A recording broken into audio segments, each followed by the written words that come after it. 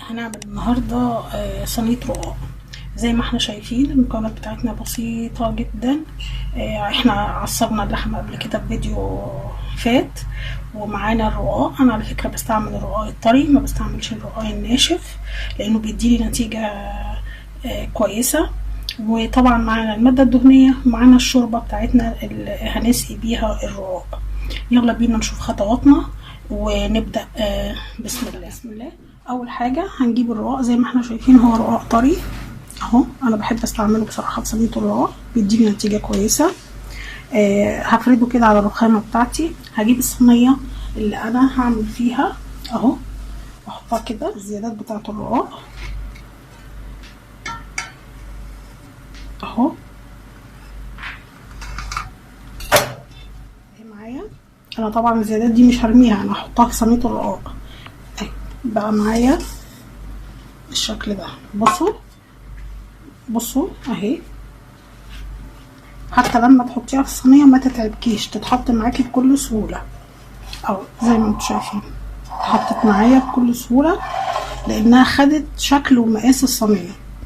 تمام. هكمل بقيه كميه الرقاق، هقطعها بالشكل ده وهوريكم بعد كده هنعمل بمقاس الصينيه بتاعتنا. يلا بينا بقى نشوف هنكمل صينيه الرقاق ازاي. انا حطيت الشوربه بتاعتي على النار تغلي، ومعايا الماده الدهنيه، وهنشوف ازاي هنعمل احلى صينيه رقاق. معانا الماده الدهنيه بتاعتنا اهي. هبتدي ادهن الصينيه بتاعتي. هنبتدي ندهن الصينيه بيها بالشكل ده.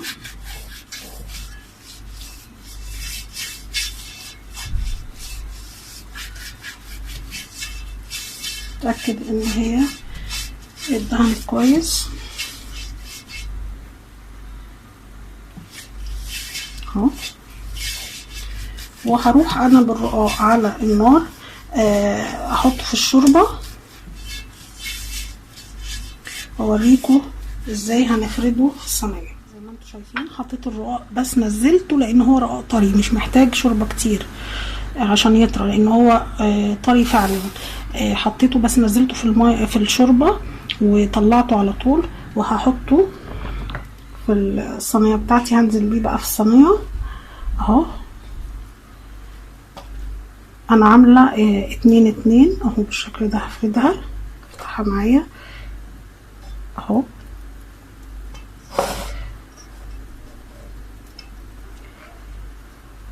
وادهن بالماده الدهنيه بتاعتي بين كل طبقتين.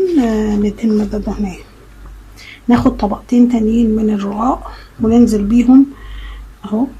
ننزل بيهم في الشوربه،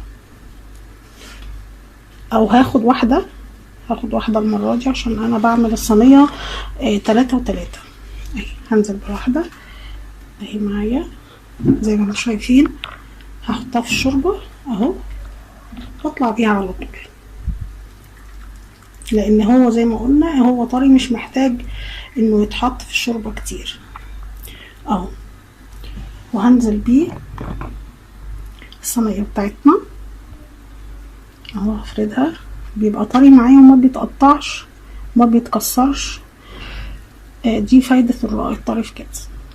واهم حاجه ان انت تشتريه من مكان مضمون عشان ما يبقاش بايت، يبقى طازه، لان لو بايت مش هيتفرد معاكي بالشكل ده، لان انت طبعا بتيجي تحطيه لسه في التلاجة. ادي الشكل معانا اهو. هنزل بقى هنا باللحمه المفرومه بتاعتي،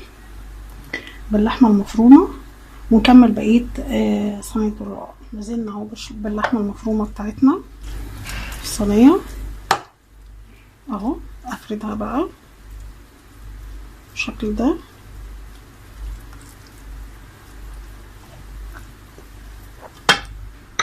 اهي. هكمل بقى بقيه المقدار واوريكم الشكل النهائي هيكون عامل ازاي. لما بنخلصها خالص هي كده ندخلها بقى الفرن على درجة حرارة 200 لمدة على حسب كل واحد الفرن بتاعه ودرجة حرارته، لحد ما تستوي تاخد لون معانا من تحت. انا بحب اقلبها يا جماعة، انا ما بقطعهاش، انا بقلبها تستوي على الوجهين. فانا هخلص الخطوه دي، بس في خطوه هعملها. انا بحط لها كوبايه لبن وعليها بيضه. بعد لما هسويها الجزء الاولاني اللي هو اللون من تحت ياخد لون واقلبها، هروح سقياها بكوبايه لبن وعليها بيضه وشويه فلفل اسود، واحطها تاني في الفرن، وهوريكم طعمها بيبقى حلو جدا وان شاء الله تعجبكم. هحطها انا في الفرن وهوريكم بعد ما تطلع هيكون شكلها. بعد ما قلبتها وطلعتها من الفرن عشان اسوي الوش من الناحيه من الاتجاه التاني، من الناحيه التانيه. دلوقتي هحط لها بقى كوبايه اللبن زي ما قلنا والبيضه وشويه فلفل اسود، وهنحطها تاني في الفرن تكمل سواها. نضيف بقى اهو، هنضيف اللبن مع البيض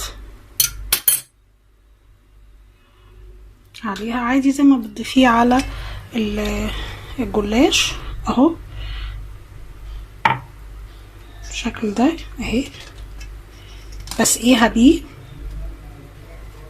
اهو، بسقيها بيه. هحطها بقى في الفرن ونرجع نشوف بعد ما تستوي الشكل النهائي بتاعها هيكون عامل ازاي. ده شكلها اهو قبل ما احطها في الفرن. حاطين عليها بيض وحاطين عليها كوبايه لبن وشويه فلفل اسود. دي كل الاضافات اللي احنا حاطينها. هحطها تاني في الفرن تكمل سواها ونشوف بعد ما تخلص هيكون شكلها عامل ازاي. بعد ما طلعت من الفرن، بعد ما ضفت لها كوبايه اللبن والبيض اللي معانا، ده شكلها بعد ما طلعت من الفرن. انا هقلبها وهوريكم الشكل النهائي بتاعها هيكون عامل ازاي. شكل صينيه الرقاق بعد ما طلعناها من الفرن وقلبناها. يا رب الفيديو النهارده يكون عجبكم وتجربوها وان شاء الله تعجبكم. اشوفكم الفيديو الجاي ان شاء الله.